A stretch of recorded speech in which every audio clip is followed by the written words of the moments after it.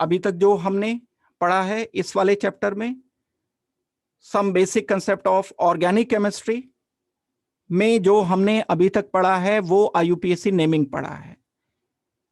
IUPAC naming के बाद अब ये केमिकल रिएक्शन वाला दूसरा पार्ट है, इसमें हम केमिकल रिएक्शन को डील करेंगे। हम अभी तक एक कंपाउंड लिख रहे थे, उस कंपाउंड का आईयूपीएसी नेम जान रहे थे, बस नाम से मतलब है, मुझे इससे मतलब नहीं था कि ये कौन है, केमिकल रिएक्शन कैसे देता है, क्या रिएजेंट ऐड करें तो क्या प्रोडक्ट मिलता है। ये एक रिएक्शंस को जानने के कुछ तरीके होते हैं ऑर्गेनिक केमिस्ट्री में, जिसको हम जनरल ऑर्गेनिक केमिस्ट्री कहते हैं। ये जनरल ऑर्गेनिक केमिस्ट्री आपकी शुरू हो रही है, उसमें कुछ बेसिक्स पढ़ेंगे। बहुत वास्ट पार्ट है ये, कंपटीशन के लिए बहुत बहुत बहुत इंपॉर्टेंट एरिया है। ऐसा एरिया है जहां कंपटीशन से बहुत क्वेश्चन आते हैं, लेकिन अनफॉर्चुनेटली क्लास 11 में इसमें से बहुत ज्यादा कुछ नहीं आता और ना ज्यादा कुछ एनसीईआरटी में दिया हुआ है। हम थोड़ी बहुत ब्लेंडिंग करके पढ़ेंगे, यानी हम बिल्कुल 100% कॉम्पिटिटिव अप्रोच भी नहीं रखेंगे और ऐसा भी नहीं करेंगे कि बस बिल्कुल जो एनसीईआरटी में दिया हुआ है। एनसीईआरटी में जितना दिया हुआ है उसमें हम कंपटीशन को टच करते हुए करेंगे यहां पर। तो जीओसी क्या बताती है हमें? जीओसी केमिकल रिएक्शन होने के तरीकों को बताती है, यानी कोई भी केमिकल रिएक्शन किस तरह से होता है। जनरल ऑर्गेनिक केमिस्ट्री में हम ये सारी बात पढ़ रहे होते हैं। अब हम इस पार्ट को बोलेंगे क्या?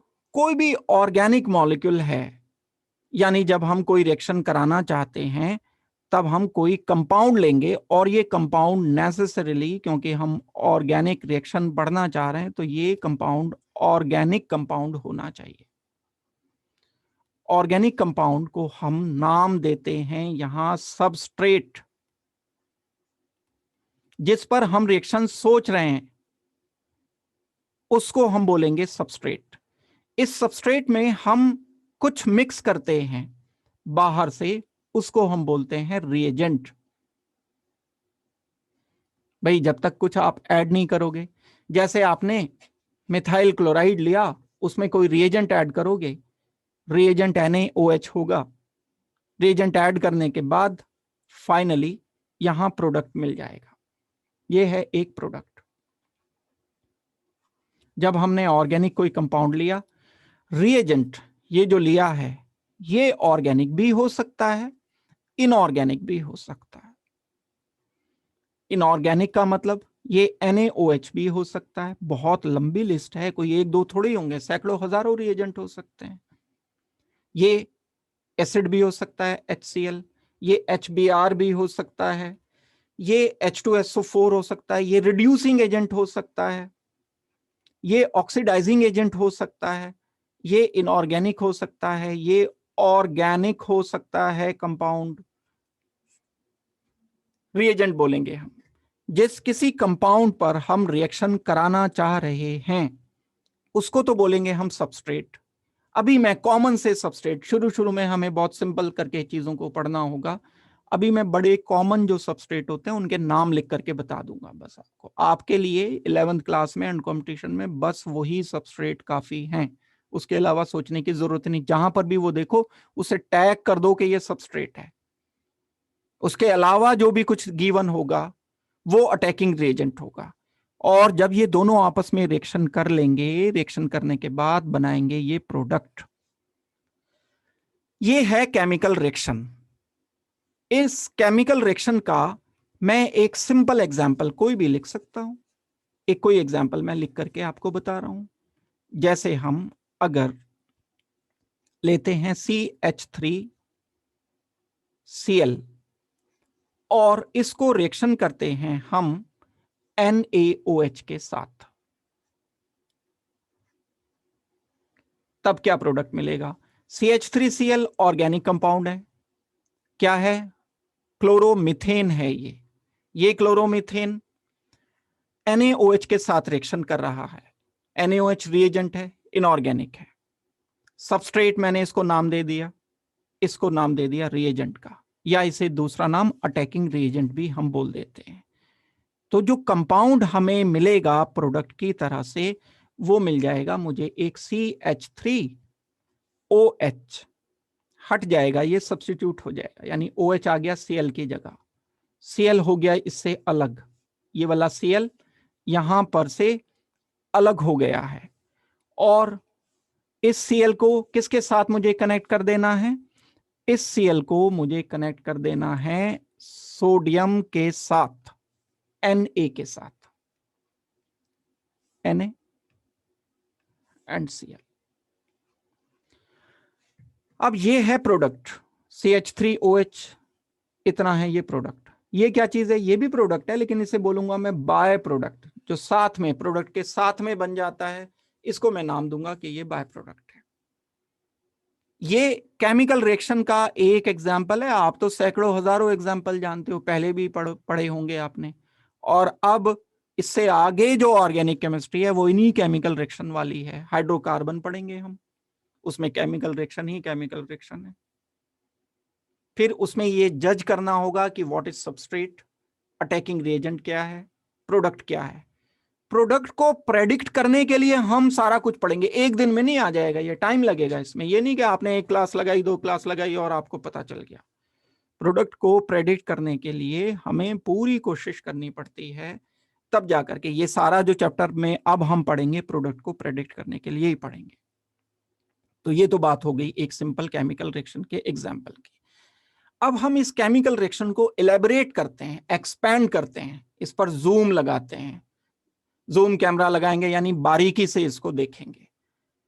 तब जब हम इसको बारीकी से चेक करते हैं तब हमें कुछ बातें पता चलती हैं। और वो बात क्या पता चलती है कि जब कोई सबस्ट्रेट मॉलिक्यूल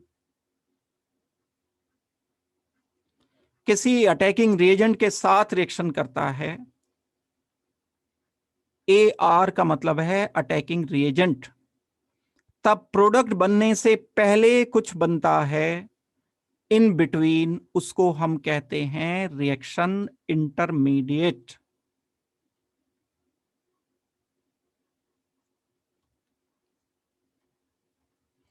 जिसका जिक्र, जिसकी बात हम कभी भी केमिकल रिएक्शन में नहीं करते, लेकिन जनरल ऑर्गेनिक केमिस्ट्री में ये बात हम हमेशा करते हैं। जब भी कभी आपको कहा जाए कि किसी रिएक्शन को डिटेल से बताओ, तो सबस्ट्रेट एंड अटैकिंग रिएजेंट आपस में रिएक्शन करके प्रोडक्ट बनाने से पहले कुछ बनाते हैं जिसे हम इंटरमीडिएट कहते हैं। तो प्रोडक्ट एंड सबस्ट्रेट के बीच में कुछ ऐसा बनता है जो अनस्टेबल होता है, जो बनता तो है लेकिन वहां रुकेगा नहीं वो। हमें यहां से, ये इनिशियल स्टेट है, दिस इज इनिशियल स्टेट, ये फाइनल स्टेट है,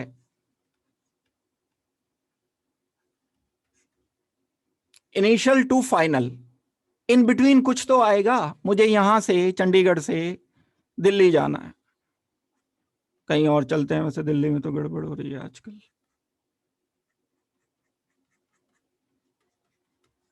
यहां से अगर इनिशियल स्टेट से फाइनल स्टेट अगर मुझे जाना है बी पर, तो मैं ऐसे में ट्रांसमिट थोड़े हो जाऊंगा। ये मेरा रिएक्टेंट है, स्टार्टिंग पॉइंट है, ये फाइनल यानी प्रोडक्ट है, इन बिटवीन मैं ट्रेवल करूंगा। ये जो इन बिटवीन स्टेट आएगी ये इंटरमीडिएट स्टेट है।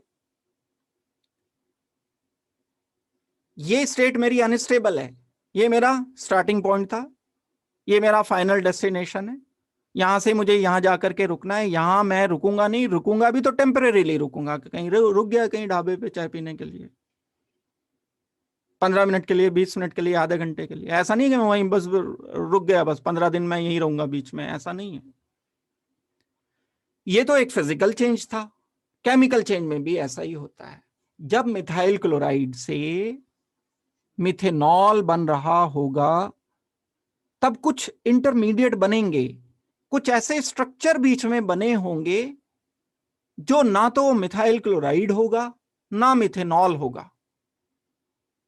वो वाली स्टेट अनस्टेबल स्टेट रहेगी और ये अनस्टेबल स्टेट कहलाती है इंटरमीडिएट। और अगर हम इस इंटरमीडिएट की स्टडी करना चाहते हैं या कर लेते हैं तो इसी की स्टडी को मैकेनिज्म की स्टडी कहा जाता है। Study of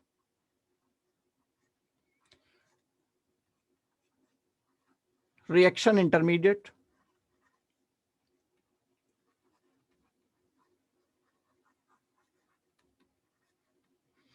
is called study of mechanism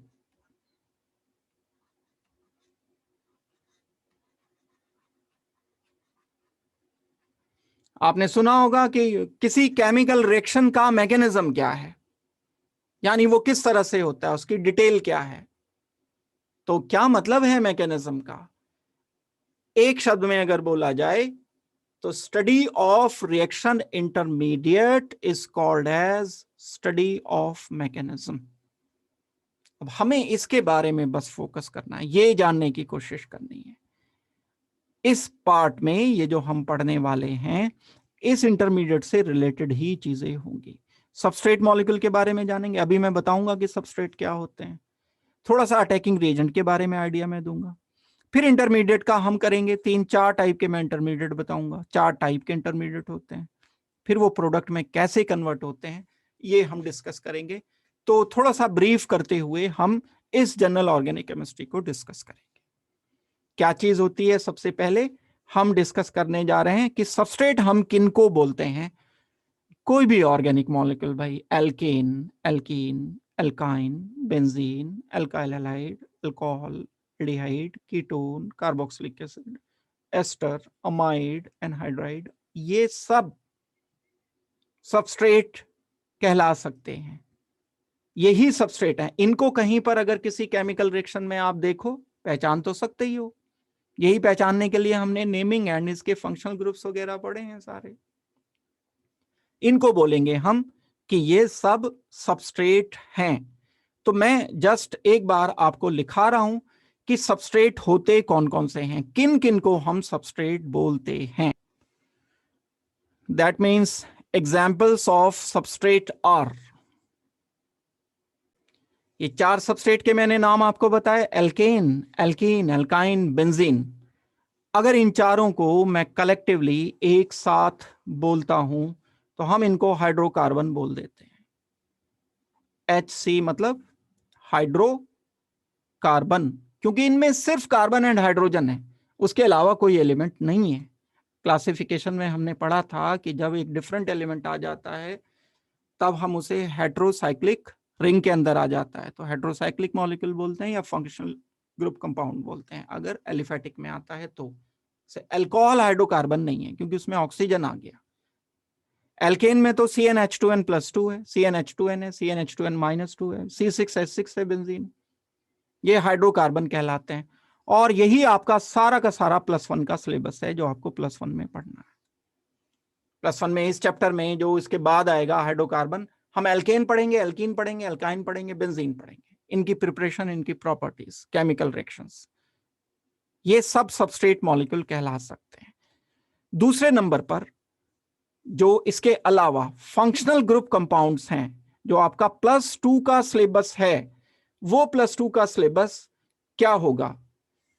ये +2 का सिलेबस हम क्या क्या कर सकते हैं? एल्काइल हैलाइड RX, RX मैंने लिखा, एल्काइल हैलाइड, अल्कोहल, इसके अलावा ईथर, इसके अलावा एल्डिहाइड, इसके अलावा कीटोन। अब मैं सिर्फ ये सब सबस्ट्रेट के एग्जांपल्स हैं, alkyl halide, alcohol, ether, aldehyde, ketone. Carboxylic acids COOH, acid halide RCOX। इसके अलावा क्या हो सकता है? इसके अलावा होगा मेरे पास कोई एक ester RC double bond oxygen OR। Amide जिन लोगों ने पढ़ लिया है वो होगा अमाइड।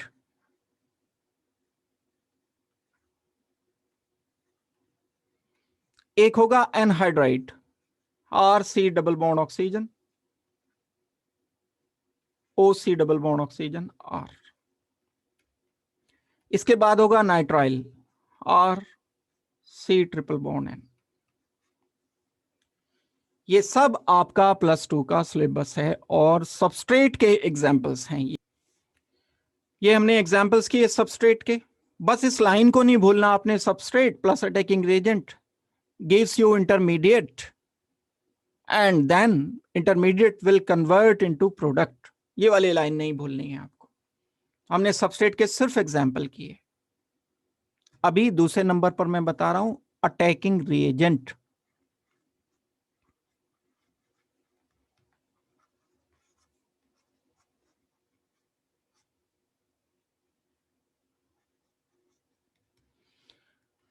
अटैकिंग रिएजेंट हम किसे कहते हैं? वो सब मॉलिक्यूल्स जो सबस्ट्रेट से रिएक्शन करके इंटरमीडिएट बनाते हैं, अटैकिंग रिएजेंट कहलाते हैं। डेफिनेशन में लिखा ही रहा हूं इसकी, आपको आप डेफिनेशन लिखो इसकी। ये मैंने एक सिंपल सी डेफिनेशन बताई है इसकी। क्या definition? All the molecules which react with substrate molecules to convert them into reaction intermediates। हमने एक ये लाइन लिखी थी ना, सबस्ट्रेट को हम जिससे भी रिएक्शन करते हैं, अब कुछ भी है इससे रिएक्शन करें और इसने रिएक्शन किया सबस्ट्रेट से और इंटरमीडिएट बना दिया,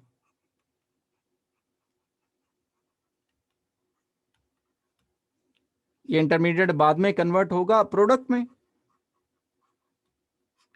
तो हम इस पार्ट को जिसने रिएक्शन करके इंटरमीडिएट बनाया, इसको बोलेंगे अटैकिंग रिएजेंट। शॉर्ट में मैं आगे लिखूंगा AR अटैकिंग रिएजेंट को, आगे भी मैं शॉर्ट में लिखूंगा। और सारे एग्जांपल्स इसके हो सकते हैं। अभी हम इसका कैटेगराइजेशन करेंगे। बड़ा इंपॉर्टेंट पार्ट है ये पोर्शन, अटैकिंग रिएजेंट की डेफिनेशन। ये पोर्शन पूरा बहुत इंपॉर्टेंट है। जैसे OH नेगेटिव हमारा एग्जाम्पल है, H पॉजिटिव हमारा एग्जाम्पल है, CH3 पॉजिटिव हमारा एक एग्जाम्पल हो सकता है बिल्कुल, NH2 नेगेटिव एग्जाम्पल हो सकता है। इसके अलावा और भी एग्जाम्पल हैं, Cl नेगेटिव एग्जाम्पल हो सकता है। इसके अलावा BH3 एग्जाम्पल हो सकता है, एंड सो ऑन। बहुत वास्ट लिस्ट है इन अटैकिंग रिएजेंट की। हमें तो फिलहाल डेफिनेशन से मतलब है। दो टाइप के अटैकिंग रिएजेंट हम करते हैं। ये दोनों टाइप के अटैकिंग रिएजेंट क्या होते हैं, इनको मैं कैटेगराइज कर रहा हूं। अटैकिंग रिएजेंट को जब हम कैटेगराइज करेंगे तो दो पार्ट में कैटेगराइज करते हैं। एक टाइप के अटैकिंग रिएजेंट को कहा जाता है न्यूक्लियोफाइल,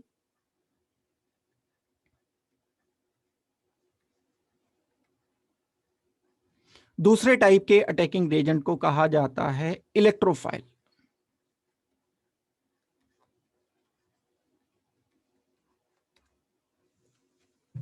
न्यूक्लियोफाइल एंड इलेक्ट्रोफाइल, ये दो टाइप के अटैकिंग रिएजेंट हम डिस्कस कर सकते हैं कहीं पर भी। अब क्या होते हैं न्यूक्लियोफाइल, क्या होते हैं इलेक्ट्रोफाइल, इनकी डेफिनेशन मैं आपको बताने जा रहा हूं। इनमें ये जो एग्जाम्पल्स हमने कुछ लिखे हैं, इनमें कुछ एग्जाम्पल इलेक्ट्रोफाइल के भी हैं, कुछ न्यूक्लियोफाइल के भी हैं, दोनों के हैं। तो हम पहले नंबर पर डेफिनेशन पढ़ रहे हैं न्यूक्लियोफाइल की। आई होप कि आपने ये लिख लिया होगा। पहली डेफिनेशन हम डिस्कस करते हैं कि न्यूक्लियोफाइल किसे कहते हैं। न्यूक्लियस से मतलब है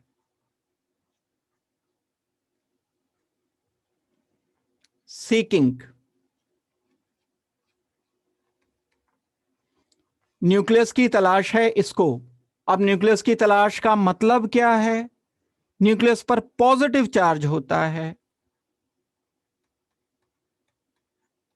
तो हम अगर इसे रिफाइन कर दें तो जो भी रिएजेंट पॉजिटिव चार्ज की तलाश करता है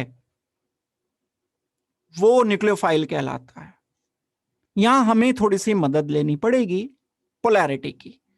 वो हम बॉन्डिंग वाले चैप्टर में बड़ी अच्छी तरह से पढ़ चुके हैं, बहुत सारी चीजें हम पढ़ चुके हैं कि पोलैरिटी के अकॉर्डिंग किसी मॉलिक्यूल पर पॉजिटिव कैसे आता है, किसी मॉलिक्यूल पर नेगेटिव कैसे आता है।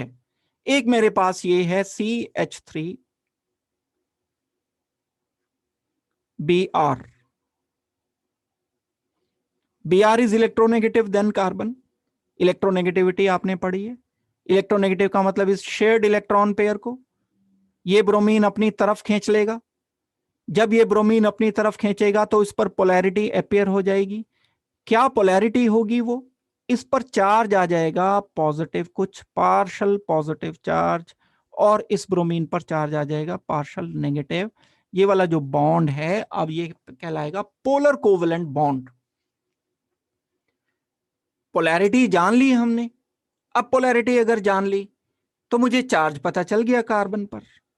अब इस पॉजिटिव चार्ज पर जो रिएजेंट आना चाहता है, कौन रिएजेंट आ सकता है भाई इसके पास? जिसके पास नेगेटिव चार्ज होगा या जिसके पास लोन पेयर होगा। अगर किसी एलिमेंट के पास नेगेटिव चार्ज है या लोन पेयर है, वही तो इस पॉजिटिवली चार्ज कार्बन से आके इंटरेक्शन करेगा, इसकी तरफ खिंचाव होगा उसका। पॉजिटिव एंड नेगेटिव चार्ज एक दूसरे को अपनी तरफ खींचते हैं। मान लो मैंने इसको OH नेगेटिव से रिएक्शन किया। जब OH नेगेटिव से मैं रिएक्शन करा दूंगा इसका, तो OH नेगेटिव यहां थोड़ी जाएगा भाई ना, ये तो रिपेल करेंगे एक दूसरे को। ये OH नेगेटिव इस कार्बन पर पहुंचने की कोशिश करेगा। ये चाहेगा, अगर मैंने एक टेस्ट ट्यूब में मिथाइल ब्रोमाइड ऐड कर रखा है, CH3Br ऐड कर रखा है, और साथ में उसी टेस्ट ट्यूब में मैंने OH नेगेटिव ऐड कर दिया, तो ये OH नेगेटिव तो इस कार्बन की तरफ खिंचाव होगा इसका, Br की तरफ नहीं होगा, ये उसके साथ कनेक्ट नहीं होगा। अब मैं इसका नाम रख दूंगा इस OH नेगेटिव का। क्या नाम रख दूंगा? वो स्पीशीज पॉजिटिव सीकिंग। ये OH नेगेटिव क्या है? पॉजिटिव सीकिंग है, पॉजिटिव की तरफ आ रहा है ये। अब पॉजिटिव सीकिंग है तो क्या मैं बोलूंगा इसको कि ये न्यूक्लियोफाइल है। It is called as nucleophile. Nucleus seeking मतलब positive charge seeking. Positive charge किसकी वजह से आता है? न्यूक्लियस की वजह से आता है, इसलिए हम इसे न्यूक्लियोफाइल। अभी मैं डेफिनेशन तो लिखा ही दूंगा आपको। डेफिनेशन सिंपल है, कोई मुश्किल नहीं है डेफिनेशन। तो अब मैं इसके बाद आपको न्यूक्लियोफाइल की डेफिनेशन लिखा रहा हूं, और डेफिनेशन लिखा करके फिर इसके एग्जाम्पल्स बताऊंगा कि न्यूक्लियोफाइल हम किसको कहते हैं।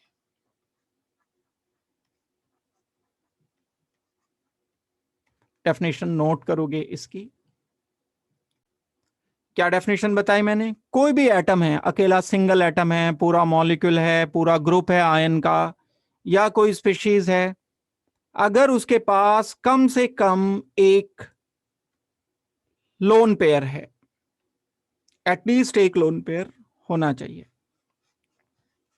या उसके पास एक नेगेटिव चार्ज है, ये दो कंडीशन में से कोई एक कंडीशन है, और वो क्या कर रहा है? रिएक्ट किससे कर रहा है? विद पॉजिटिवली चार्ज कार्बन, तब हम उसे बोल देंगे कि यही न्यूक्लियोफाइल है। न्यूक्लियोफाइल को न्यूक्लियोफाइल बताने के लिए ये कंडीशन होनी चाहिए। देखो बड़ी सिंपल सी बात बताता हूं। जब हम एसिड बेस पढ़ रहे थे तब मैंने आपको बताया था कि एक लुईस बेस होते हैं। रिकॉल करो अपनी इस नॉलेज को कि लुईस बेस क्या है। लुईस बेस के लिए हमने बोला था कि जिनके पास लोन पेयर होते हैं वो लुईस बेस होते हैं। बस इसमें एक चीज ऐड करनी है, जिनके पास लोन पेयर है और वो कार्बन पॉजिटिव पर अगर वो रिएक्शन कर रहे हैं तब हम उन्हें न्यूक्लियोफाइल बोलने लगेंगे। यानी सब न्यूक्लियोफाइल हमेशा लुईस बेस की तरह भी एक्ट कर सकते हैं, क्योंकि लुईस बेस के लिए भी तो यही रिक्वायरमेंट है भाई कि लोन पेयर होना चाहिए, और न्यूक्लियोफाइल के लिए भी यही रिक्वायरमेंट है। बस सिर्फ लोन पेयर नहीं चाहिए, यहां लोन पेयर हो और वो कार्बन पॉजिटिव पर, कार्बन के साथ कनेक्टिविटी है यहां ऑर्गेनिक में। अदरवाइज मैं इसे तो लुईस बेस भी कह सकता था। लुईस बेस, अब मैं लुईस बेस बोलूंगा इसको। अमोनिया है, एग्जाम्पल दे रहा हूं मैं आपको। अब एक टिपिकल एग्जाम्पल, चलो जो मैंने अभी एग्जाम्पल लिखा था वही वाला एग्जाम्पल देता हूं ताकि एग्जाम्पल में ना उलझो आप। CH3Cl है और इसको मैंने रिएक्शन किया OH नेगेटिव के साथ। ये del positive charge, del negative, क्योंकि chlorine is electronegative than carbon, ये अपनी तरफ ड्रॉ कर लेगा, कार्बन पर पॉजिटिव चार्ज आ जाएगा। बॉन्डिंग में पोलैरिटी पड़ी थी हमने, वही अप्लाई कर रहे हैं, कुछ नया नहीं। ऑक्सीजन नेगेटिव ने कार्बन पॉजिटिव पर जाकर के रिएक्शन कर लिया ये ठीक है। अब हम क्या लिखेंगे, एक आंसर लिखेंगे प्रोडक्ट की तरह से। मैं क्या लिखूंगा आंसर, CH3Cl हो गया अलग नेगेटिव, और यहां पर आ गया मेरे पास OH। OH कहां कनेक्ट हुआ, कार्बन पर कनेक्ट हो गया। अब मैं इसे बिल्कुल बोल सकता हूं कि ये ही न्यूक्लियोफाइल है, दिस इज न्यूक्लियोफाइल। NU मतलब न्यूक्लियोफाइल। अब देखो डेफिनेशन पूरी हो रही है हमारी। इसके पास लोन पेयर है, ऑक्सीजन के पास नेगेटिव चार्ज लोन पेयर, एक ही बात है। और कहां रिएक्शन कर रहा है ये, कार्बन पॉजिटिव पर, तो ये न्यूक्लियोफाइल हो गया। लेकिन अगर मैं ये सेम एग्जांपल ऐसे लिख देता हूं, OH नेगेटिव, कभी आपको ये दिया OH negative reacting with HCl, अब मैं इसको रिएक्शन कराता हूं हाइड्रोजन क्लोराइड के साथ, तो मैं क्या लिख दूं यहां पर, H पॉजिटिव, Cl नेगेटिव अलग टूट गया। ये H पॉजिटिव ने किसके साथ कॉम्बिनेशन किया, OH नेगेटिव के साथ, वाटर बन गया ये। ध्यान रहे कि अब ये OH नेगेटिव न्यूक्लियोफाइल इस पर्टिकुलर रिएक्शन में नहीं है, क्योंकि भाई ये कार्बन पर नहीं आया है, पॉजिटिवली चार्ज कार्बन पर आना एक कंडीशन है। Now this OH negative is called as base. किसे कहते हैं बेस, जो H लेता है तो कार्बन पॉजिटिव लेता है, या जो अपना लोन पेयर कार्बन को डोनेट करता है, उसको हम न्यूक्लियोफाइल बोलेंगे। हम ऐसे बोल सकते हैं उस बेस को न्यूक्लियोफाइल बोलेंगे। ये है डेफिनेशन। एग्जाम्पल तो कर ही लोगे, समझना। न्यूक्लियोफाइल नहीं समझोगे तो इसके रिएक्शन के टाइप नहीं कर पाओगे, रट के नहीं चलेगा काम। रट के तो देखो, रट लिया तो यहां पर OH को न्यूक्लियोफाइल बता बैठोगे। जो कार्बन को अपना लोन पेयर दे रहा है, ये कार्बन तो है ही नहीं भाई, यहां पूरे रिएक्शन में कार्बन नहीं है, तो कैसे दे सकता है ये, सोच के देखो, सोच के सोचो, देखो। बात मेरी क्लियर हो गई होगी। न्यूक्लियोफाइल लोन पेयर हो, नेगेटिव चार्ज हो, और जो कार्बन पॉजिटिव को अपना लोन पेयर डोनेट करे, उसको हम न्यूक्लियोफाइल बोल रहे होते हैं। अब मैं एग्जांपल्स बता रहा हूं, दो टाइप के एग्जांपल्स हमें मिलेंगे इसमें, एक पॉजिटिवली चार्ज और एक न्यूट्रल। न्यूट्रल भी न्यूक्लियोफाइल हो सकते हैं भाई, लोन पेयर तो न्यूट्रल के पास भी हो सकते, सॉरी नेगेटिवली चार्ज, मैं पॉजिटिव गलत बोल गया। एक नेगेटिवली चार्ज न्यूक्लियोफाइल और दूसरे न्यूक्लियोफाइल जो न्यूट्रल होते हैं, जिन पर कोई चार्ज नहीं होता। न्यूट्रल न्यूक्लियोफाइल जो बड़े कॉमन हैं, बहुत बहुत कॉमन न्यूक्लियोफाइल जो न्यूट्रल हैं, वो है अमोनिया। अमोनिया के पास लोन पेयर होता है, ये न्यूक्लियोफाइल हो सकता है अगर कार्बन पॉजिटिव को डोनेट करेगा तो। वाटर होगा, न्यूक्लियोफाइल की तरह से ऐड कर सकता है। अल्कोहल CH3OH हो सकता है। और भी एग्जाम्पल है हमारे पास, RNH2 कोई ग्रुप अगर कभी दिया हुआ है, कहीं भी लोन पेयर दिख जाए, आप उसे न्यूक्लियोफाइल बता सकते हो। Negatively charge Cl negative nucleophile हो सकता है, कोई भी नेगेटिवली चार्ज स्पीशीज अगर है कहीं, NH2 नेगेटिव, H नेगेटिव, ये सब न्यूक्लियोफाइल की तरह से एक्ट कर जाएंगे। CH3 oxygen negative, acetate ion CH3COO negative, और भी हो सकते हैं, ये सब एग्जाम्पल्स हो जाएंगे। तो जब भी हम न्यूक्लियोफाइल की डेफिनेशन जानने की कोशिश करेंगे तो दो चीजों में से कोई सी एक मिल जाए, या तो लोन पेयर या नेगेटिव चार्ज। नेगेटिव चार्ज का मतलब भी तो लोन पेयर ही होता है, कहीं अगर नेगेटिव चार्ज आ गया that means it have lone pair, बिना लोन पेयर के थोड़ी नेगेटिव चार्ज आ जाएगा। लुईस स्ट्रक्चर लिख करके देखना पहले, तो आइडिया लग जाएगा आपको।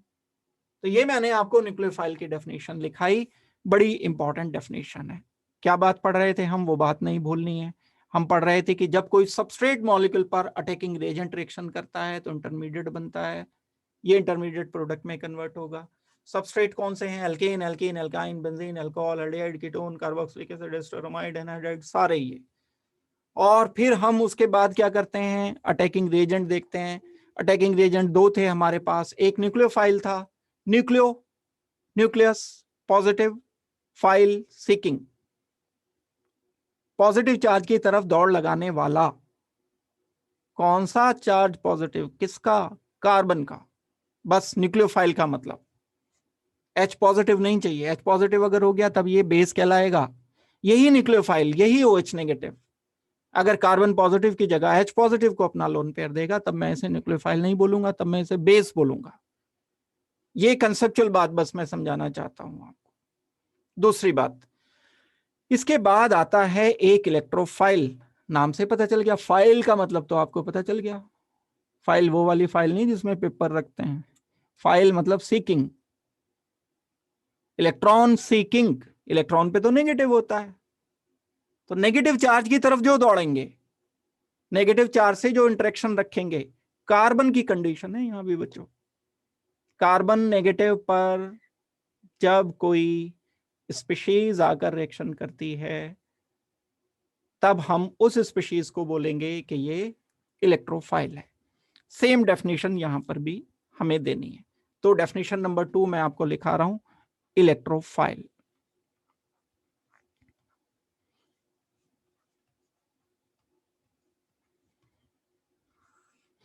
क्या मतलब हुआ? Electron seeking.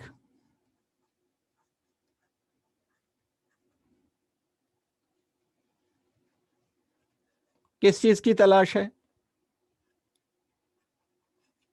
इलेक्ट्रॉन की, मतलब नेगेटिव चार्ज की।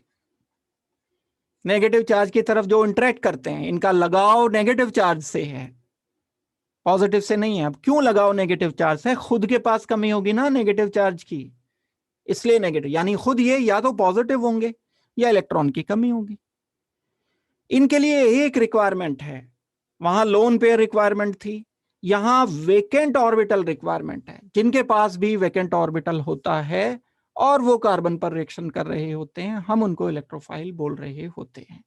डेफिनेशन लिखा रहा हूं पहले, जब डेफिनेशन हो जाएगी तो बात आपको क्लियर हो जाएगी कि क्या है ये डेफिनेशन होनी चाहिए। बिल्कुल न्यूक्लियोफाइल जैसी डेफिनेशन है, बस हमने न्यूक्लियोफाइल की जगह, बस हमने लोन पेयर की जगह वेकेंट ऑर्बिटल लिखा है और कुछ भी नहीं किया है। All atoms, molecule, ions, species having at least one vacant orbital and which can react with electron rich carbon. अब जब इसके पास खाली ऑर्बिटल है, मतलब इलेक्ट्रॉन डेफिशिएंट है, ये इलेक्ट्रॉन की कमी है इसके पास, तब हमें क्या करना चाहिए? तब हमें इलेक्ट्रॉन रिच कार्बन से, इलेक्ट्रॉन रिच मतलब जिसपे खूब सारे इलेक्ट्रॉन है, मतलब वो नेगेटिवली चार्ज होगा ना। लिख क्यों नहीं रहा हूं मैं नेगेटिव, क्यों बच रहा हूं लिखने से? क्योंकि परफेक्ट नेगेटिव होना जरूरी नहीं है, बस इलेक्ट्रॉन रिच हो सकता है। कई बार ऐसे भी इलेक्ट्रॉन रिच हो सकता है कि उस पर नेगेटिव चार्ज ना आए, फिर भी वो इलेक्ट्रॉन रिच हो सकता है। जैसे carbon double bond carbon consider किए जाते हैं, carbon double bond carbon pi bond की वजह से इलेक्ट्रॉन रिच काउंट होते हैं, जबकि वो होते न्यूट्रल है। तो वेल, इसलिए मैं इलेक्ट्रॉन रिच कार्बन इसे लिख रहा हूं। तो वेकेंट ऑर्बिटल। एक और बात मैंने अवॉइड किया लिखना, जो आपको भरमार मिलेगी किताबों में लिखी हुई, कि positively charge species are electrophile. बिल्कुल गलत है भाई बात, ये नहीं ठीक है। पॉजिटिवली चार्ज स्पीशीज सब इलेक्ट्रोफाइल नहीं होती हैं। दूसरी बात है, जो नहीं भी पॉजिटिव होती हैं वो भी इलेक्ट्रोफाइल होती हैं। फिर हम कैसे कह सकते हैं कि पॉजिटिवली चार्ज स्पीशीज इलेक्ट्रोफाइल है? सब्जेक्ट नहीं पता होता है जिन्हें, वो बोल देते हैं ऐसे। इलेक्ट्रॉन डेफिशिएंट बोलना ज्यादा सही बात है। पॉजिटिव हो भी सकता है, नहीं भी हो सकता, जैसे हमने न्यूक्लियोफाइल में लिखा, नेगेटिव हो भी सकता है न्यूक्लियोफाइल के पास, नहीं भी हो सकता है। तो ऐसे ही इलेक्ट्रोफाइल के पास पॉजिटिव हो भी सकता है, नहीं भी हो सकता है। Neutral examples are also there. बहुत सारे एग्जाम्पल्स न्यूट्रल इलेक्ट्रोफाइल के हैं जिसमें चार्ज कुछ भी नहीं है, फिर भी वो इलेक्ट्रोफाइल की तरह से एक्ट करता है। तो हमें इलेक्ट्रोफाइल को बोलना चाहिए इलेक्ट्रॉन डेफिशिएंट, बस पॉजिटिव नहीं, इलेक्ट्रॉन डेफिशिएंट।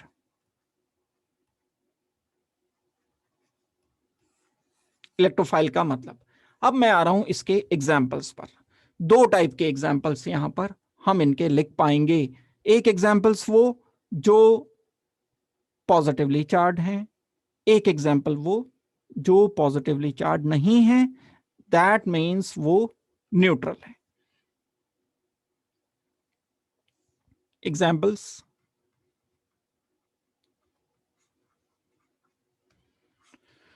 पॉजिटिवली चार्ज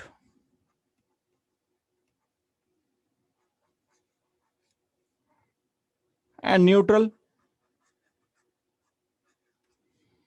कौन कौन से एग्जाम्पल हैं पॉजिटिवली चार्ज के? H पॉजिटिव, वैकेंट ऑर्बिटल होता है H पॉजिटिव के पास।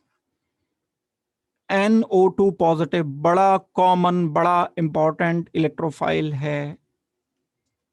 जब आप इसका पूरा इलेक्ट्रॉन डॉट स्ट्रक्चर बनाओगे तो यहां एक खाली ऑर्बिटल पाया जाएगा।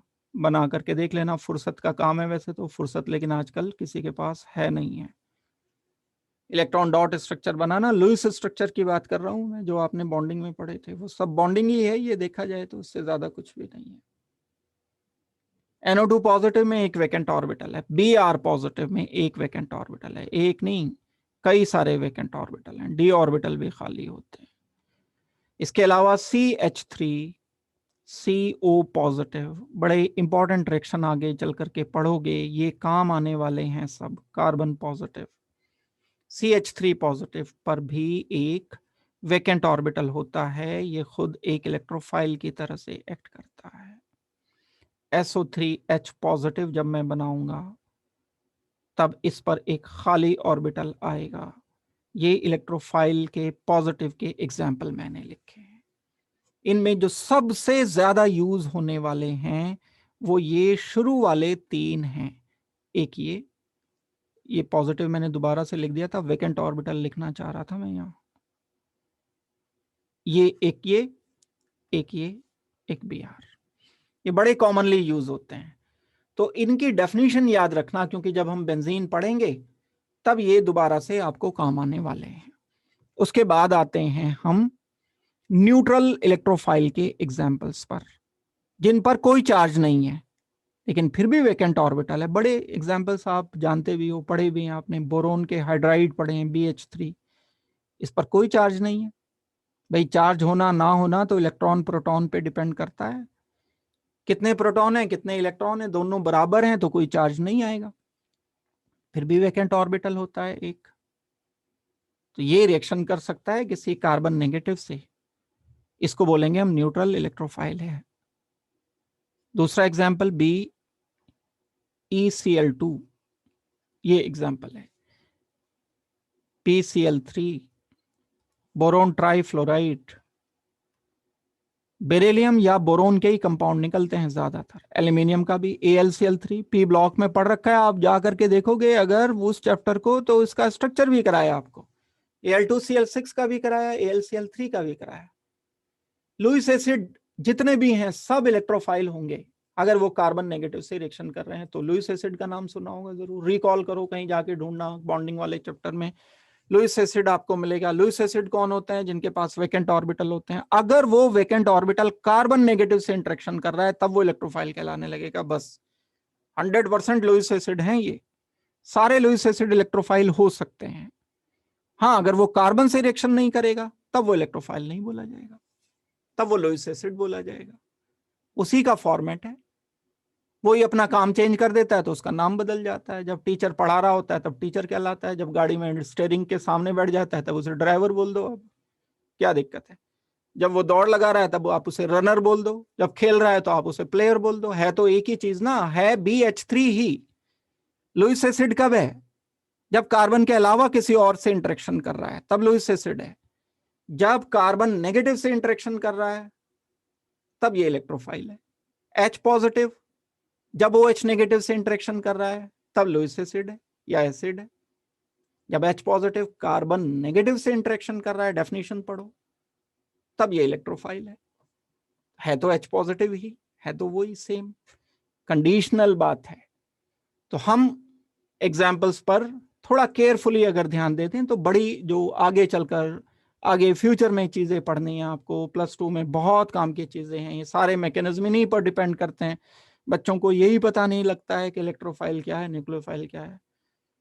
पढ़ना चाहते हैं बड़े बड़े मैकेनिज्म्स, डेफिनेशन क्लियर नहीं होती, बस वो रटी रटाई सुना देते हैं बस। All positively charge species are electrophile, नहीं, कहाँ भाई, ये इतने सारे एग्जाम्पल मैंने लिखा है, ये थोड़ी ना पॉजिटिवली चार्ज है। वैकेंट ऑर्बिटल चाहिए, बस कार्बन नेगेटिव से इंटरेक्शन चाहिए। दो चीजें ये मैंने टाइम इस पर इसलिए लगाया क्योंकि ये बड़ी इंपॉर्टेंट बात है। हम उसी लाइन पर वापस आते हैं जो हम पढ़ते चले आ रहे हैं। एक सबस्ट्रेट मॉलिक्यूल था, एक अटैकिंग रिएजेंट था, इंटरमीडिएट बनता है, फिर ये प्रोडक्ट में कन्वर्ट होता है। जो सबस्ट्रेट मॉलिक्यूल है बहुत सारी चीजें इसमें हैं, alkane, alkene, alkyne, benzene, aldehyde, ketone, carboxylic acid. So attacking reagent दो हो गए हमारे पास, एक हो गया अटैकिंग रिएजेंट इलेक्ट्रोफाइल, एक हो गया न्यूक्लियोफाइल। अब इसमें जब इंटरमीडिएट बनेगा तो बॉन्ड टूट के बनेगा, बॉन्ड टूटे बिना तो कोई काम नहीं हो सकता। बॉन्ड टूटना है, बॉन्ड बनना है, तभी केमिकल रिएक्शन होना है। तो एक बॉन्ड टूटने की घटना और हम डिस्कस करेंगे डिटेल से। इंटरमीडिएट से पहले हम ये देखेंगे कि बॉन्ड कैसे टूटते हैं। तो क्लीवेज ऑफ बॉन्ड की पहले बात करके फिर हम इंटरमीडिएट पर आते हैं। बस इसी लाइन को एक्सप्लेन करते चले जाएंगे। तो इस लाइन को एक्सप्लेन करने में हमारा ये पूरा पार्ट जो है, वो जो बचा हुआ है इस चैप्टर का, वो पूरा पार्ट हो जाता है। तो अब मैं जो दूसरा टॉपिक इसके बाद करा रहा हूं, दो चीजें मैंने बता दी, एक तो सबस्ट्रेट बता दिया, एक अटैकिंग एजेंट बता दिया। अब इंटरमीडिएट बनने के लिए जो बॉन्ड टूटते हैं वो कैसे, किस पैटर्न पर टूटते हैं। दो नाम दे सकते हैं बॉन्ड ब्रेकिंग को। एक क्लीवेज ऑफ बॉन्ड यानी बॉन्ड टूटना, बॉन्ड फिशन का मतलब भी बॉन्ड टूटना ही है, फ्यूजन नहीं। फ्यूजन में तो मतलब दो चीजों को हम फ्यूज कर देते हैं, मिला देते हैं, जोड़ देते हैं। बॉन्ड फिशन की बात हो रही है, बॉन्ड क्लीवेज की बात हो रही है। ये बॉन्ड क्लीवेज दो तरह का होता है। एक, जब मैं बॉन्ड तोड़ता हूं तो होमोलिटिक क्लीवेज हो सकता है।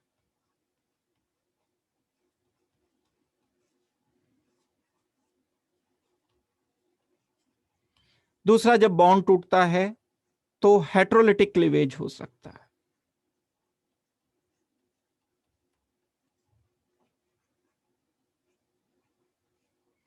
जब भी हम बॉन्ड तोड़ेंगे, बॉन्ड तोड़ने के पैटर्न अलग अलग हो सकते हैं। ये समझ नहीं आ रही होगी अभी बात कि कैसे अलग अलग पैटर्न कैसे हो जाएंगे। अभी जब मैं आपको बताऊंगा तब आपको ये बात बहुत आसान है, बहुत अच्छी तरह से ये बात क्लियर हो जाएगी। तो फिलहाल क्या बात पता चली कि बॉन्ड जब टूटता है तो दो पैटर्न पर टूट सकता है। पहला पैटर्न होमोलिटिक क्लीवेज, दूसरा पैटर्न हेट्रोलिटिक बॉन्ड क्लीवेज। पहले वाले पैटर्न को हम डिटेल से डिस्कस करते हैं और इसकी डेफिनेशन करते हैं कि हम किसको बोलते हैं होमोलिटिक बॉन्ड क्लीवेज। तो सबसे पहले मैं डेफिनेशन लिखा रहा हूं फर्स्ट की। बॉन्ड टूटने का प्रोसेस देखो, हमारे पास कोई एक ए है, ए का एक इलेक्ट्रॉन था, एक बी है, बी का एक इलेक्ट्रॉन था। इन्होंने मिलजुल करके ये तय किया था कि हम शेयरिंग करके एक बॉन्ड बनाएंगे और दोनों के दोनों उस बॉन्ड के जरिए बाइंड रहकर एक साथ यहां कंबाइंड फॉर्म में रहेंगे, यानी कंपाउंड बना करके रहेंगे। ये मैंने कोई एक बॉन्ड शो किया आपको। अब थोड़े दिन के बाद क्या हुआ, इनको कहीं से एनर्जी मिली, जितनी बॉन्ड तोड़ने के लिए एनर्जी रिक्वायर्ड होती है वो एनर्जी आपने इसको दे दी, तो बॉन्ड टूटेगा। अगर बॉन्ड टूटेगा तो जरूरी नहीं है कि जिस पैटर्न पर बॉन्ड बना था उसी पैटर्न पर टूटे। बॉन्ड टूटने के कई सारे तरीके हो सकते हैं। यहां तरीका नंबर 1, आप ऐसे बॉन्ड तोड़ दो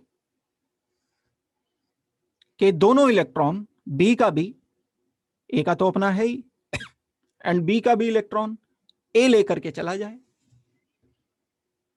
टूट सकता है ऐसे? क्यों नहीं टूट सकता? एक और पॉसिबिलिटी है,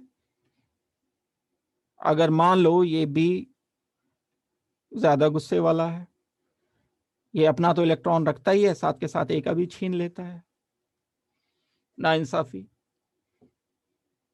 एक पैटर्न ये भी तो है। किसी हद तक ये दोनों पैटर्न एक ही जैसे हैं, मतलब इसमें नाइंसाफी हुई है। मतलब ए अगर हटा तो उसने बी का भी इलेक्ट्रॉन ले लिया, या बी अगर हटा तो वो ए का भी इलेक्ट्रॉन छीन करके भाग गया। एक पैटर्न तो ये है, ये अनसिमेट्रिकल है कुछ, यानी इसमें कुछ इंसाफ नहीं हुआ है। हेट्रो मतलब डिफरेंट, जिस पैटर्न पर बॉन्ड बने थे उस पैटर्न पर नहीं टूट रहे हैं, अलग पैटर्न पर टूट रहे हैं, तो हेट्रोलिटिक। वर्ड हेट्रो का मतलब डिफरेंट, अलग तरह से बॉन्ड टूटना। और एक और तीसरा पैटर्न मैं सोच सकता हूं, या मैं कह सकता हूं दूसरा पैटर्न, क्योंकि ये दोनों तो एक ही जैसे थे। जब हमने इसको एनर्जी प्रोवाइड की तब पॉसिबिलिटी एक ये हो सकती है कि ये बिल्कुल सीधे सीधे इंसाफ के साथ बॉन्ड टूटे। ए अपना इलेक्ट्रॉन लेकर के हटे और बी अपना इलेक्ट्रॉन लेकर के हट जाए, जैसे बनाया था वैसे। अगर ये बॉन्ड का क्लीवेज होता है, जिसको मैं क्या बोलूंगा, टर्म बड़े इंपॉर्टेंट होते हैं बोलने के लिए, जो शब्द इस्तेमाल करते हैं उनकी बड़ी अहमियत होती है, टर्मिनोलॉजी जो होती है। इसको मैं बोलूंगा symmetrical distribution of electrons during cleavage. Symmetrical distribution मतलब बराबर बराबर, ए का इलेक्ट्रॉन ए के पास, बी का इलेक्ट्रॉन बी के पास। अनसिमेट्रिकल कौन सा हुआ था? दोनों इलेक्ट्रॉन किसी एक के पास, दोनों इलेक्ट्रॉन बी के पास आ गए, या दोनों इलेक्ट्रॉन ए के पास आ गए, ये अनसिमेट्रिकल डिस्ट्रीब्यूशन था। और अगर ये वाला डिस्ट्रीब्यूशन जो मैंने शो किया है, इसको मैं नाम क्या दे रहा हूं यहां, इसको मैं नाम दे रहा हूं सिमेट्रिकल डिस्ट्रीब्यूशन ऑफ इलेक्ट्रॉन्स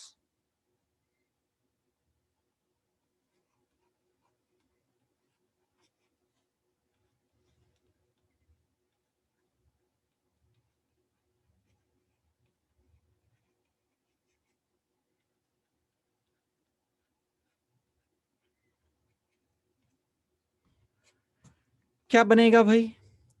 ए का इलेक्ट्रॉन ए के पास आ गया, बी का बी के पास आ गया, ना तो ए पर कोई चार्ज आया ना ही बी पर कोई चार्ज आया।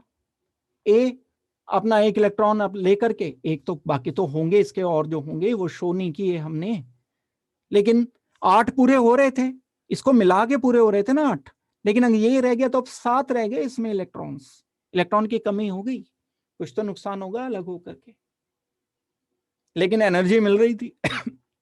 इस एनर्जी की वजह से ये कहीं ना कहीं ये स्टेप उठा बैठा, बॉन्ड टूट गया। ए का इलेक्ट्रॉन ए के पास आया, बी का इलेक्ट्रॉन हमने बी के पास लिखा।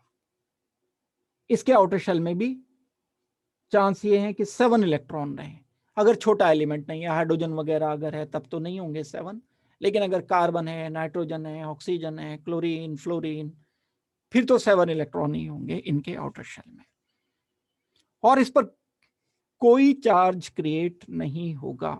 मैं लिखूंगा नो चार्ज। क्यों चार्ज नहीं आया? क्योंकि कोई फालतू इलेक्ट्रॉन थोड़ी मिला, अपना ही तो इलेक्ट्रॉन मिला है वापस। जितने प्रोटॉन है उतने इलेक्ट्रॉन है आउटर शेल में। जब कोई चार्ज नहीं क्रिएट होता तब हम इसको बोलते हैं कि ये फ्री रेडिकल बना है, नाम दे देते हैं हम इसे। कैटायन होता, अगर पॉजिटिव होता तो कैटायन कह देते, नेगेटिव होता तो एनायन कह देते। कुछ भी चार्ज नहीं आया तब मैं इसको बोलूंगा फ्री रेडिकल।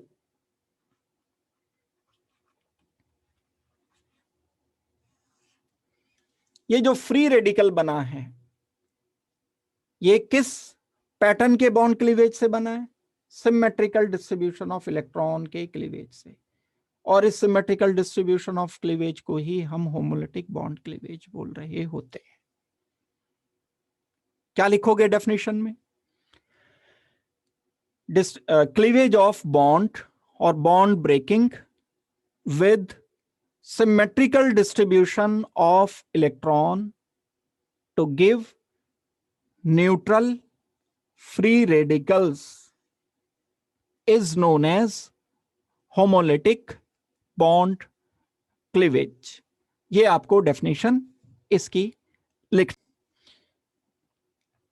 बड़ी इंपॉर्टेंट डेफिनेशन है ये, दोनों बहुत पूछी जाती हैं आपसे, ये क्वेश्चन आपके एग्जाम में बहुत आता है। क्या डेफिनेशन बताई मैंने? Symmetrical distribution of electrons during bond cleavage is called as homolytic cleavage. Homolytic cleavage में बनेगा क्या?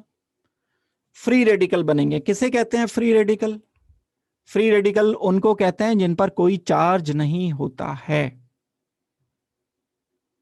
फ्री रेडिकल कुछ भी हो सकते हैं, chlorine, hydrogen, carbon, OH, NO2, ये फ्री रेडिकल अलग, ये इंटरमीडिएट में आ जाएंगे। यही इंटरमीडिएट में भी यही चीज चलनी है, यही बॉन्ड क्लीवेज चलने हैं, कुछ अलग नहीं चलेगा, कनेक्ट होती चली जाएंगी चीजें। एक बात मैंने और बता दी आपको, होमोलिटिक बॉन्ड क्लीवेज। अब हम इसके बाद दूसरी डेफिनेशन पर आते हैं और वो डेफिनेशन है हेटेरोलिटिक बॉन्ड क्लीवेज की।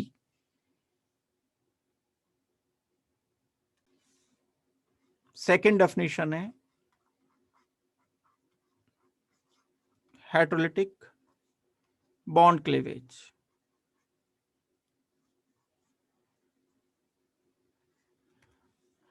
कैसे डिफाइन कर सकते हैं? Unsymmetrical distribution of electrons during bond cleavage. एक बड़ी सिंपल सी डेफिनेशन इसमें आ जाती है। अनसिमेट्रिकल डिस्ट्रीब्यूशन का क्या मतलब है? जो शेयर्ड इलेक्ट्रॉन पेयर था, अब वो किसी एक एलिमेंट के पास चला जाए, जैसा मैंने अभी थोड़ी देर पहले आपको समझाया था। मान लो हमारे पास कोई एक CH3Cl है। अब मैं AB का एग्जाम्पल ना लेकर कार्बन एंड क्लोरीन का एग्जाम्पल ले रहा हूं। कार्बन के साथ 3 H लगे हुए हैं, ये CH3 शेयर्ड इलेक्ट्रॉन पेयर होंगे ये भी, बस मैंने शो नहीं किए, ये शो कर दिया जो बॉन्ड लगा हुआ है क्लोरीन के साथ। क्लोरीन के पास लोन पेयर्स होते हैं 1 2 3 और एक इलेक्ट्रॉन, ये आउटर शेल में 7 इलेक्ट्रॉन है ना क्लोरीन के, 7 के साथ लिख दिए मैंने, ये बॉन्ड पेयर है। अब मैंने हाइड्रोलिटिक क्लीवेज करना है। हाइड्रोलिटिक मतलब अनसिमेट्रिकल डिस्ट्रीब्यूशन।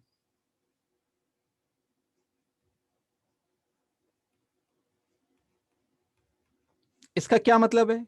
मतलब दोनों इलेक्ट्रॉन, ये एक तो कार्बन का था एक क्लोरीन का था, लेकिन टूटने के दौरान ये दोनों किसी एक एलिमेंट के पास आ गए। क्लोरीन ज्यादा इलेक्ट्रोनेगेटिव है तो क्लोरीन ही खींचेगा इसको, क्लोरीन के पास आ जाएंगे। अभी ऑक्टेट पूरा था जब ये बॉन्ड बना हुआ था, तो ऑक्टेट पूरा था 1 2 3 4 5 6 7 8। अब दोनों इलेक्ट्रॉन आ गए क्लोरीन के पास, तो क्लोरीन की जो अब नई कंडीशन बनी है वो क्या बन गई? Cl। ये तो पुराना लोन पेयर है, पुराना है, पुराना है। ये एक इलेक्ट्रॉन पेयर जो नया बना है उसमें एक इलेक्ट्रॉन इस कार्बन का भी आ गया, नेगेटिव चार्ज आ गया, इस इलेक्ट्रॉन की वजह से चार्ज आ गया नेगेटिव, आयन बन गया ना। अभी हम लिख रहे थे कहीं, in this cleavage cation and anions are formed, ये एनायन बना। दूसरा कैटायन बनेगा। कार्बन की कंडीशन देखो जरा, कार्बन पर 3 H लगे हुए हैं। जिस ऑर्बिटल में बॉन्ड पेयर था वो बॉन्ड पेयर तो गया, वो ऑर्बिटल रह गया खाली बिल्कुल। इस खाली ऑर्बिटल की वजह से इस पर चार्ज आ जाएगा पॉजिटिव, ये कैटायन बन गया, CH3 पॉजिटिव बना। हाइड्रोलिटिक बॉन्ड क्लीवेज से एक कैटायन बन गया, एक एनायन में। मैंने एनालाइज करके डिटेल से बताया, सिर्फ पॉजिटिव नेगेटिव नहीं लिख दिया। नेगेटिव आया मतलब ये बॉन्ड पेयर लोन पेयर में कन्वर्ट हो गया। 3 लोन पेयर थे, अब 4 लोन पेयर हैं Cl नेगेटिव के पास। ये नया कहां से बन गया इस पर, वो जो बॉन्ड पेयर होता था अब वो लोन पेयर बन गया।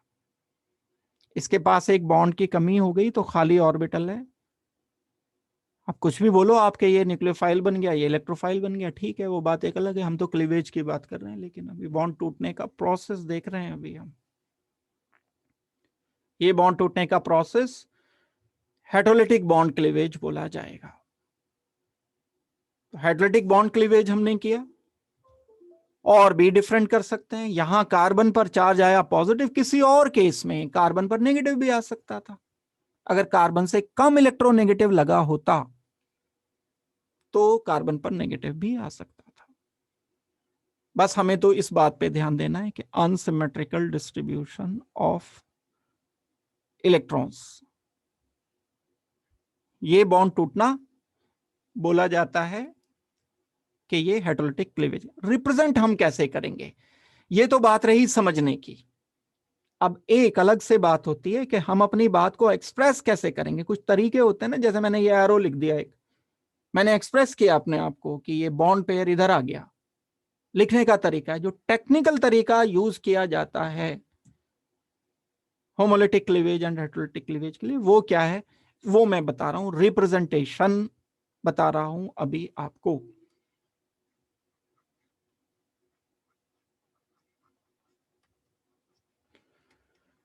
होमोलिटिक क्लीवेज के लिए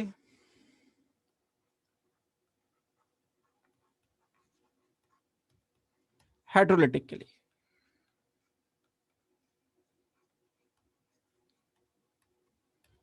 मान लो आपको chlorine single bond chlorine given है।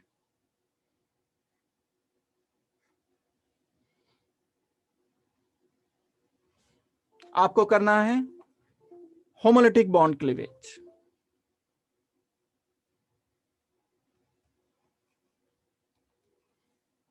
ये 2 इलेक्ट्रॉन्स हैं, इस बॉन्ड में 2 इलेक्ट्रॉन हैं, एक इस क्लोरीन का है, एक इस क्लोरीन का है। ये इलेक्ट्रॉन यहां एरो से, एरो पूरा नहीं, हाफ एरो, आधा एरो मतलब 2 इलेक्ट्रॉन में से एक इलेक्ट्रॉन जंप किया, इसे फिश हुक एरो कहते हैं।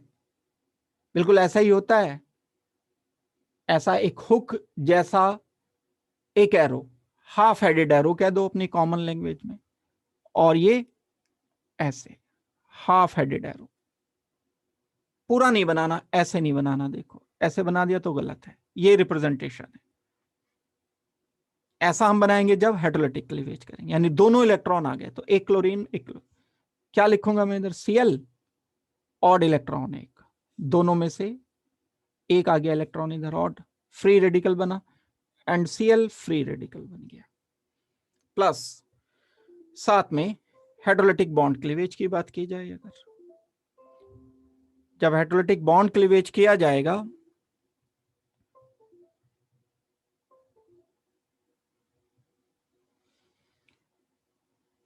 यहां पर मैं कार्बन एंड क्लोरीन का एग्जांपल ले लेता हूं, CH3Cl।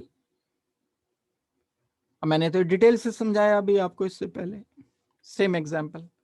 लेकिन यहां पर जब आप इलेक्ट्रॉन्स को जंप करा दोगे तो इस इलेक्ट्रॉन को, पेयर को ऐसे, ये bond pair, sigma bond pair lone pair में कन्वर्ट हो गया है। इसको बोलते हैं हम हेटेरोलिटिक क्लीवेज। सही तरीका ये है। गलत तरीका जो आप यूज कर दोगे गलती से और बोलोगे कि हमने तो ठीक लिखा था, CH3Cl, ऐसे नहीं लिखना है। इसका मतलब है कार्बन से कुछ आ रहा है, कार्बन से नहीं आ रहा है भाई, बॉन्ड पेयर आ रहा है यहां पर।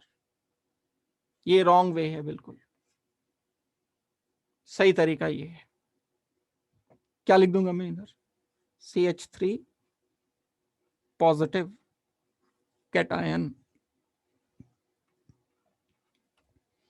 Plus Cl negative anion.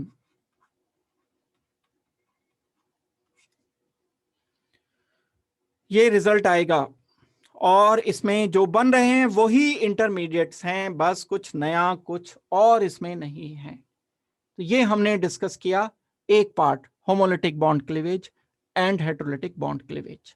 यहां तक अगर किसी को कोई प्रॉब्लम है तो बताओ।